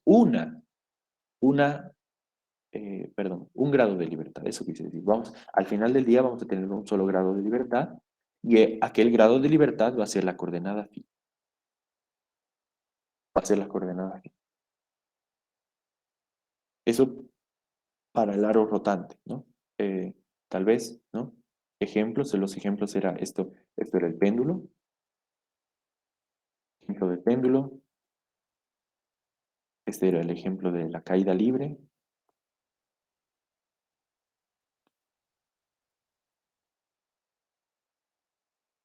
y este era el ejemplo del péndulo doble, ¿no? Vamos a anotar péndulo doble, péndulo compuesto, etc. Y digamos que la fórmula es esta para contar grados de libertad de un problema. Esta es la fórmula para contar grados de libertad. Es muy importante, a veces no se hace suficiente énfasis en eso como a mí me gustaría, pero es necesario, porque luego en teorías más avanzadas el saber, el contar grados de libertad es sumamente importante. sumamente importante. De hecho, en el electromagnetismo más avanzado, la idea de resolver un problema a veces es determinar cuáles son los grados de libertad físicos del problema. Y digamos que cualquier sistema electrodinámico, bueno, digamos una onda electromagnética tiene solamente dos grados de libertad físicos. Se puede hablar mucho más de eso, porque hay grados de libertad que se llaman de calibre, pero no vamos a hablar de eso ahora mismo, sino que vamos a continuar. Vamos a continuar. Eh, ¿Hay alguna pregunta sobre esto de los grados de libertad? Espero que haya quedado claro. Si no me han entendido alguna parte, díganme y puedo repetir sin ningún problema y tratar de explicar mejor dentro de mis posibilidades. ¿Hay alguna pregunta?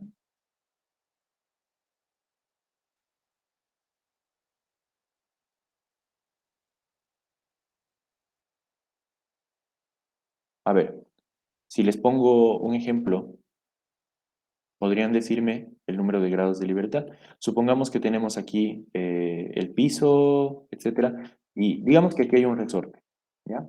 Y aquí hay una partícula de masa m, bueno, una caja, una partícula, una vaca esférica de masa m, y a esta partícula está atado un péndulo con otra partícula de masa m. ¿Mm? Otra partícula de masa m. ¿Podrían decirme el número de grados de libertad de este sistema? ¿Qué tal si les doy 3 minutos para que lo piensen, para que lo analicen, reflexionen y me digan la respuesta de aquí a 3 minutos? Aquí les pongo la fórmula para contar grados de libertad. ¿De acuerdo? 3 minutos y me pueden ir diciendo si tienen el resultado. ¿De acuerdo? En 3 minutos hablamos y 35, 11:35 hablamos.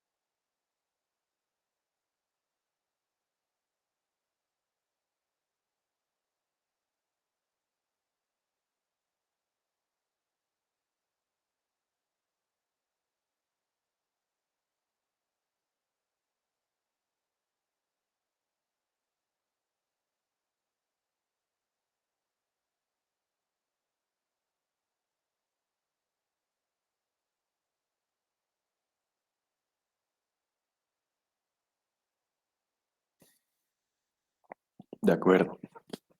Hola de nuevo. ¿Qué tal, chicos? ¿Alguien tiene alguna sugerencia? Sí, adelante. Creo que son dos, porque tenemos dos partículas, entonces ahí ya serían cuatro.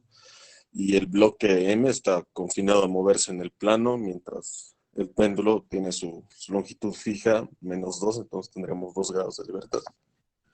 Sí, me parece que va por ahí la respuesta. Muy bien, Gabriel. ¿Alguien que tenga alguna objeción?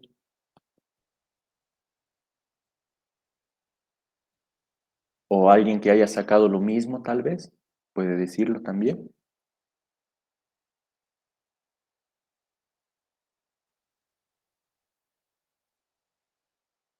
Bueno, vamos a ver si lo que dice Gabriel es correcto. Número de partículas, en efecto, son 2. Dimensión del espacio es 2. Número de restricciones, como bien dijo Gabriel, bueno, la partícula m mayúscula está sujeta a una distancia constante a la partícula m minúscula, y la partícula m minúscula está sujeta a moverse en aquel plano, es otra restricción. Entonces el número de grados de libertad es 2, en efecto. 2 grados de libertad. 2 grados de libertad. Y digamos que los grados de libertad podrían ser la distancia x, esta distancia x, y este ángulo phi. Podrían ser esos, podríamos escoger aquellos. Eh, Algo importante, chicos, es que cuando contamos los grados de libertad, el número de grados de libertad del problema nos dice cuántas coordenadas generalizadas vamos a utilizar. En este caso, en efecto, van a ser 2 coordenadas generalizadas, ¿no? Van a ser 2 coordenadas generalizadas. Entonces, este problema lo vamos a resolver ahora, a continuación, a menos que haya alguna pregunta, algún comentario, alguna queja de alguien. Si no la hay, si no hay algo de esa naturaleza, vamos a continuar, vamos a resolver el problema. Quisiera poner todo esto en una sola pantalla, espero que no se me arruine todo, a ver. Ujú. Aquí esta fórmula ya no es necesario ponerla porque está arriba. Ahí está, ¿no? Ejemplos de conteo de grados de libertad.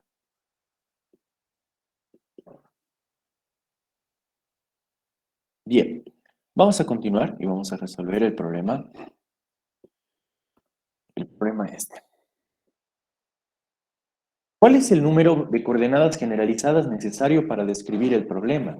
Tenemos otra vez una partícula de masa m que tiene su movilidad restringida a la superficie de radio R. No actúan fuerzas exteriores sobre la partícula y la primera pregunta nos pide contar grados de libertad. A ver, ¿alguien tiene alguna idea de cuántos grados de libertad van a ser?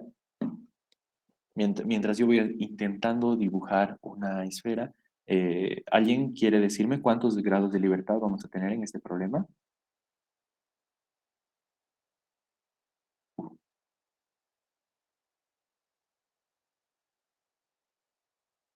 Soy el peor auxiliar dibujando, seguramente. Ahí está, mi mejor intento.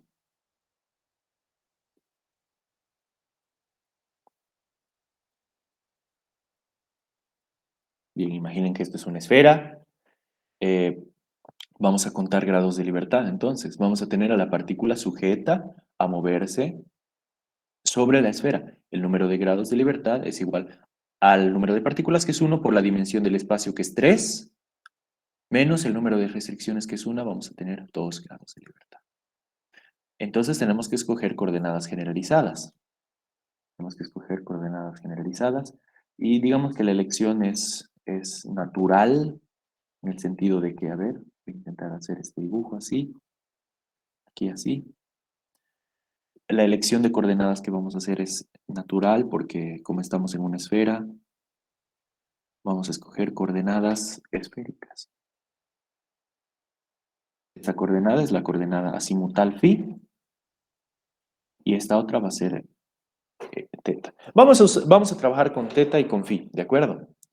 Mm, Vamos a trabajar con esas dos coordenadas y aquí al ladito podríamos anotar. De un segundo, voy a bajar el brillo porque ya mis ojos están cansados. Mm, Aquí podemos anotar el conjunto de coordenadas generalizadas de grados de libertad que que vamos a utilizar. Y tenemos que escribir la lagrangiana, ¿no? Tenemos que escribir la lagrangiana. La lagrangiana es un medio de la masa por la velocidad. La velocidad de una partícula en coordenadas esféricas, bueno, es una expresión grande, es una expresión que se toma tiempo en derivar, es decir, en hallar, pero yo la voy a escribir simplemente. Si quieren saber de dónde sale esto, pueden escribirse el vector de posición en coordenadas esféricas, hacer las derivadas necesarias, etcétera, sacar el módulo al cuadrado y el resultado viene siendo este. Creo que es así. Espero no estar confundiendo los ángulos realmente. Creo que no. Creo que es así. Bien. Sin embargo, como ya hemos visto que vamos a tener solo 2 grados de libertad, eso implica que la coordenada radial es constante, es una de las restricciones, y su derivada va a ser cero, y entonces la derivada, perdón, R minúscula va a ser igual a R mayúscula, ¿no? Va a ser igual a R mayúscula. Entonces tenemos una sola, la lagrangiana, que depende solamente de 2 coordenadas y de 2 velocidades generalizadas. Vamos a tener m por r dividido entre 2 por teta punto al cuadrado más el seno al cuadrado de teta por phi punto al cuadrado. Esta es nuestra lagrangiana. Ahora, claro, para aplicar el formalismo hamiltoniano necesitamos los momentos generalizados. Los vamos a hallar. P sub teta es igual a la derivada parcial de L respecto de teta punto, y esto no es más que m r al cuadrado teta punto, y P sub phi es igual a m por r al cuadrado por el seno al cuadrado de teta por phi punto. Esos son los momentos generalizados. Como ya les había adelantado, tenemos que despejar las velocidades generalizadas de aquí. Tenemos que despejarlas. Esta creo que es la mejor esfera que he dibujado en toda mi auxiliatura, así que creo que la voy a enmarcar. Creo que ya lo arruiné. A ver. Ahí está. Tenemos que despejar las velocidades generalizadas. Pero el despeje es trivial, ¿no? Porque la dependencia es... Esto va a ser P sub teta dividido entre M por R al cuadrado. Y phi punto va a ser igual a P sub phi dividido entre M R al cuadrado por el seno al cuadrado de teta. Ahí está. Esas son las velocidades generalizadas, despejadas y puestas en términos de los momentos y de las coordenadas generalizadas. De acuerdo, el siguiente paso es escribir el hamiltoniano. Recuerden que el hamiltoniano se define como Q.I por PI menos L. Q punto, velocidad, son las velocidades generalizadas. Eso en realidad viene siendo teta punto por P sub teta más phi punto por P sub phi menos L. Entonces, teta punto ya habíamos despejado, y el primer término va a ser simplemente P sub teta al cuadrado dividido entre M R al cuadrado. El segundo término va a ser P sub phi al cuadrado dividido entre M R al cuadrado por el seno al cuadrado de teta. ¿De acuerdo? Menos, tenemos que escribir ahora la lagrangiana, era mr al cuadrado dividido entre 2. Aquí, cuando escribamos las velocidades generalizadas, tenemos que hacerlo en términos de los momentos generalizados. Esto va a ser m al cuadrado por r a la cuarta, ¿sí? A la cuarta, eh, más el seno al cuadrado, de teta por phi punto al cuadrado, pero phi punto al cuadrado es todo esto. Entonces vamos a tener P sub phi al cuadrado dividido entre, a ver, va a ser, si nos fijamos, al elevar al cuadrado esto, m al cuadrado por r a la cuarta por seno a la cuarta. M al cuadrado por r a la cuarta por el seno a la cuarta de teta. De acuerdo, entonces, simplificando, ¿m? Simplificando, vamos a tener P sub teta al cuadrado dividido entre 2m r al cuadrado más, va a ser P sub phi dividido entre,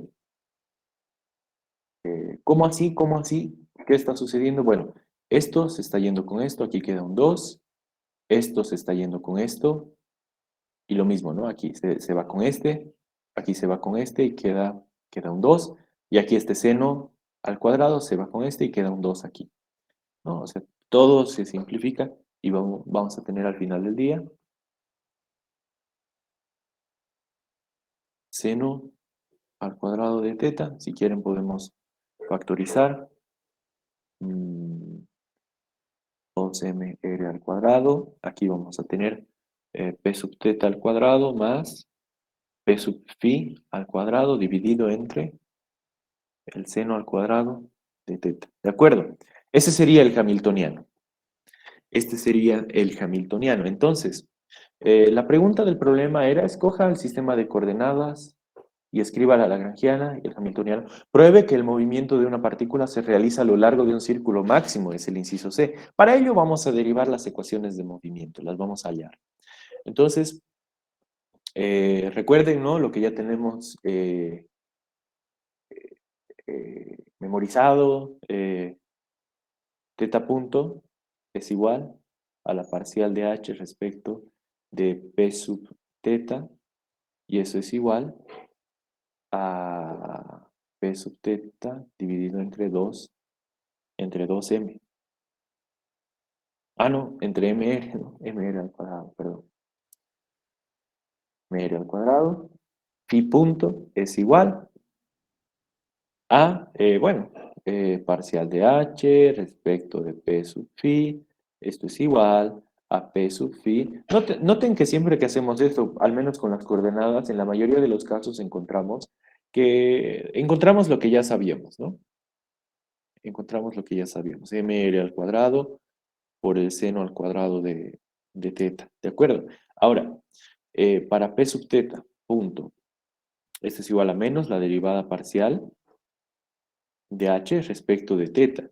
Este es más interesante porque fíjense, la dependencia con teta es medio rarita, ¿no? Por el hecho de que está el seno al cuadrado ahí abajo. Entonces vamos a tener, a ver, menos p sub phi al cuadrado dividido entre 2m r, perdón, mi letra, 2m r al cuadrado. ¿Qué hora es? Bueno, tenemos un poco de tiempo. P sub phi dividido entre 2mr al cuadrado. Y ahora hay que derivar ese seno que está ahí abajo, ¿no? Esto va a ser menos 2, seno a la menos 3 al cuadrado, digo, de teta, por el coseno de teta, ¿no? Estamos derivando respecto de teta. Si quieren podemos arreglar esto, podemos ponerlo más bonito. Bueno, a ver cómo podemos hacer. P sub phi al cuadrado dividido entre el menos con el menos se va, el 2 con el 2 se va, mr al cuadrado, coseno dividido entre el seno al cubo. Ahí está, eso es P sub teta punto. Nos falta P sub phi punto, ¿no? P sub phi punto. P sub phi punto es igual a menos la derivada parcial de h respecto de phi. Veo el hamiltoniano y el hamiltoniano no tiene phi, por lo tanto P sub phi, su derivada temporal es igual a 0, se conserva. Ley de conservación. Ley de conservación. Aquí, P sub phi es igual a una constante. Es igual a una constante. Bueno, podemos poner nombres a las ecuaciones de movimiento que acabamos de encontrar. Esta va a ser la ecuación 1, esta va a ser la ecuación 2, esta va a ser la ecuación 3. No, esta va a ser la... Claro, es que es una cadena, ¿no? De igualdades. Esa es la ecuación 3, esa es la ecuación 4. ¿Cómo vamos a demostrar cómo vamos a demostrar que la partícula se mueve a lo largo de un círculo máximo? ¿Cómo vamos a demostrar que la partícula se mueve a lo largo de un círculo máximo? Bueno, La verdad es que es más fácil de lo que parece, porque si tomamos 2, la ecuación 2, de la ecuación 2, la voy a escribir de nuevo, simplemente, la ecuación 2 era phi punto es igual a P sub phi dividido entre m r al cuadrado seno al cuadrado de teta. Lo que sí es que tenemos que razonar un poco. Tenemos que razonar un poco en términos geométricos, así que déjenme copiar la mejor esfera que he dibujado en toda mi auxiliatura. Ahora sí, vamos a hablar en términos de condiciones iniciales y supongamos que la partícula inicialmente se encuentra en este punto, ¿de acuerdo? Y vamos a suponer también que alguien le da una patada sobre la esfera, ¿no? O sea, le da cierta velocidad inicial en cualquier dirección. La velocidad inicial va a ser tangente para que la partícula se mueva y describa una trayectoria a lo largo de la esfera. Sucede que, dada la simetría, dada la simetría esférica de nuestro problema, nosotros siempre vamos a poder rotar los ejes de modo que esa velocidad inicial siempre esté, ¿cómo lo digo? En este plano, de modo que phi punto al inicio sea cero. Siempre podemos rotar los ejes de modo que podamos poner como condición inicial que phi punto sea igual a cero. ¿Mm? Es decir, ¿qué tal si teníamos la esfera algo así? Y claro, la velocidad inicial estaba para allá y digamos que nuestro ángulo phi es este. Evidentemente, aquí phi punto no va a ser igual a cero al inicio. Pero nosotros podemos rotar los ejes, hacer, a ver, ¿no? Técnicamente, hacer una transformación del grupo SO3, ya, ok, dicho de otra manera, rotar los ejes, ¿no? Rotar los ejes, porque tenemos simetría esférica en nuestro problema, de modo que podamos escoger ejes en los que phi punto sea igual a cero. Tenemos esa arbitrariedad, de modo que, a ver, lo voy a escribir aquí.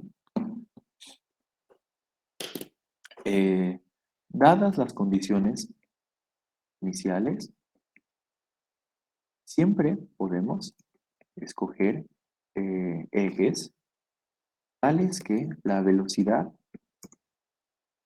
del ángulo simutal sea cero al inicio. Siempre podemos hacer eso, ¿no? Es decir, que phi punto al inicio es igual a cero. Es igual a cero. Entonces, ¿qué tal si evaluamos la ecuación de 2 al inicio? Entonces, eh, phi punto evaluada en cero es igual a cero, pero esto es igual a p sub phi dividido entre mr al cuadrado por el seno al cuadrado de teta. Aquí la única conclusión posible es que p sub phi, por si acaso, evaluada al inicio, ¿no? Evaluada al inicio, p sub phi al inicio, condición inicial, tiene que ser cero igual, para que todo sea consistente, ¿no? Para que sea consistente.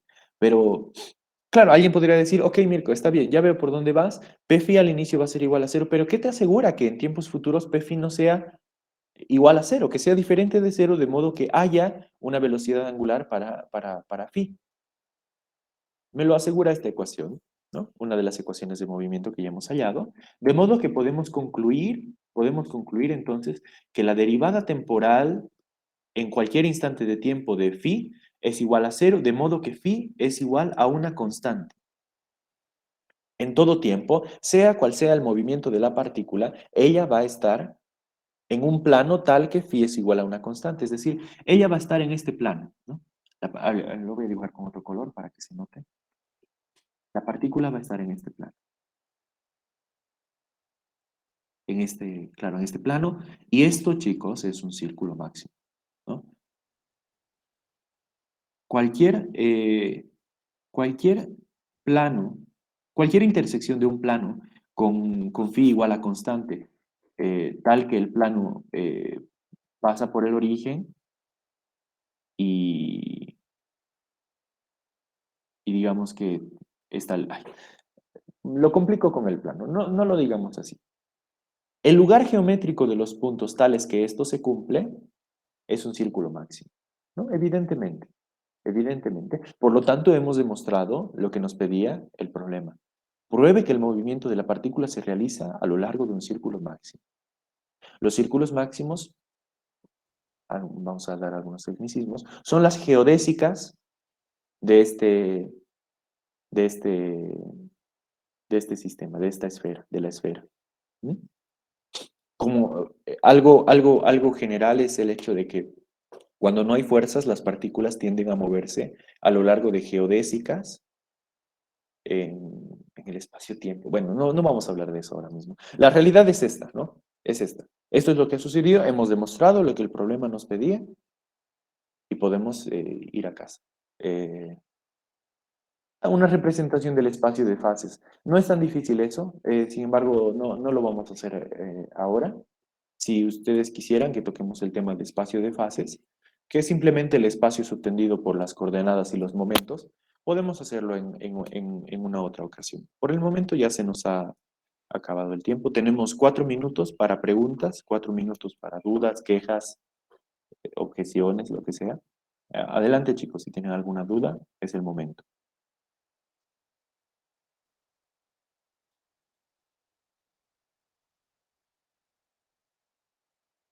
Ah, para que esté claro, ¿no? Aquí vamos a escribir que esto es un círculo máximo.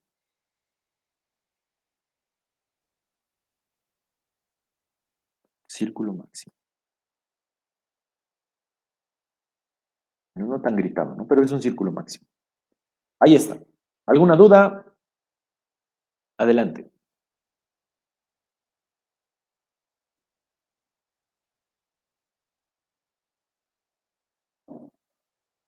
Bueno, supongo que está todo claro. Eh,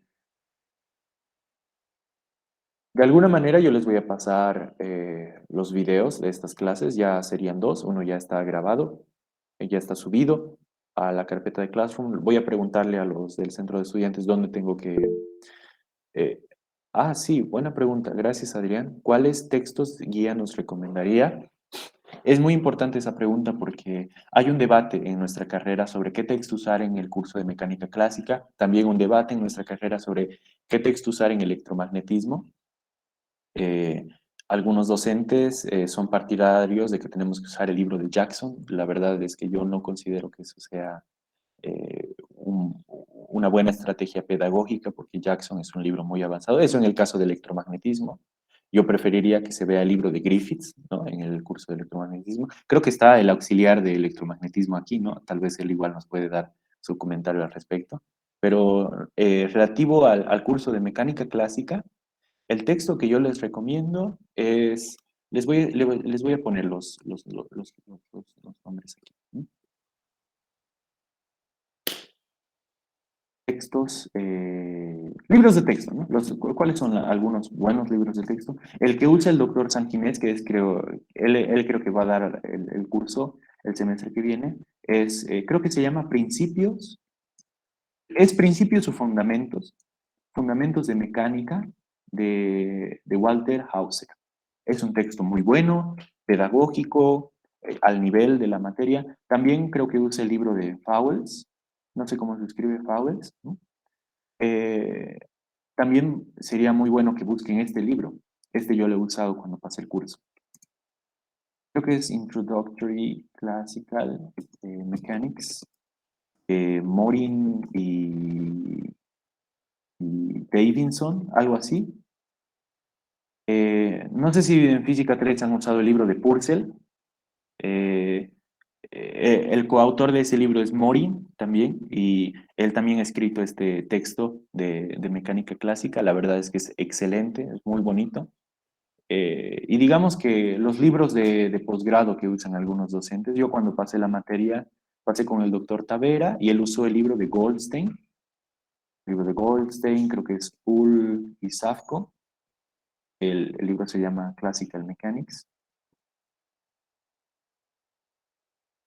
Classical Mechanics, también sé que usan el libro de, ¿cómo se llama este?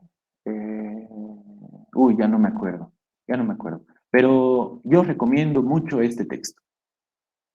Bueno, varios de los problemas que hemos hecho la clase de hoy han sido de ese texto. Ese es el texto que usa el doctor Sanginés. Es un texto de pregrado, al nivel de la materia. No hay cosas demasiado extrañas, ¿no? Cosas que requieren el conocimiento previo del curso de mecánica clásica. Bueno, las quejas para otro momento. Esos son los textos. Gracias por la pregunta. ¿Hay alguna duda más, tal vez?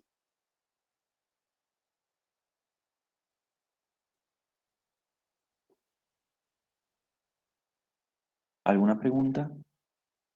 Bueno, muchachos, entonces, como les decía, salve Griffiths. Sí, Denis está de acuerdo conmigo, entonces, y de acuerdo con, bueno, la generalidad de estudiantes, al parecer. Bueno, ¿qué vamos a hacer? Chicos, gracias por su atención, gracias por su asistencia. eh, Nos vamos a ver conmigo el siguiente miércoles. Les repito que si tienen dudas, preguntas durante la semana, pueden escribirme por WhatsApp. Ahí está mi número en el grupo de clases de apoyo. Me mandan el problema que quieren que veamos el día miércoles y lo vamos a hacer, ¿sí? Por favor, envíenmelo con antelación, preferentemente para que sí yo pueda verlo con calma y no improvisar, digamos, en clase. Eso no es bueno. Eso sería todo entonces por el día de hoy. Muchas gracias de nuevo por su asistencia. Que estén bien. Hasta la próxima. Gracias, hasta luego. Chao, Mirko. Hasta luego. Hasta luego, sí. Hasta luego. Gracias, Oxy, gracias. Hasta luego.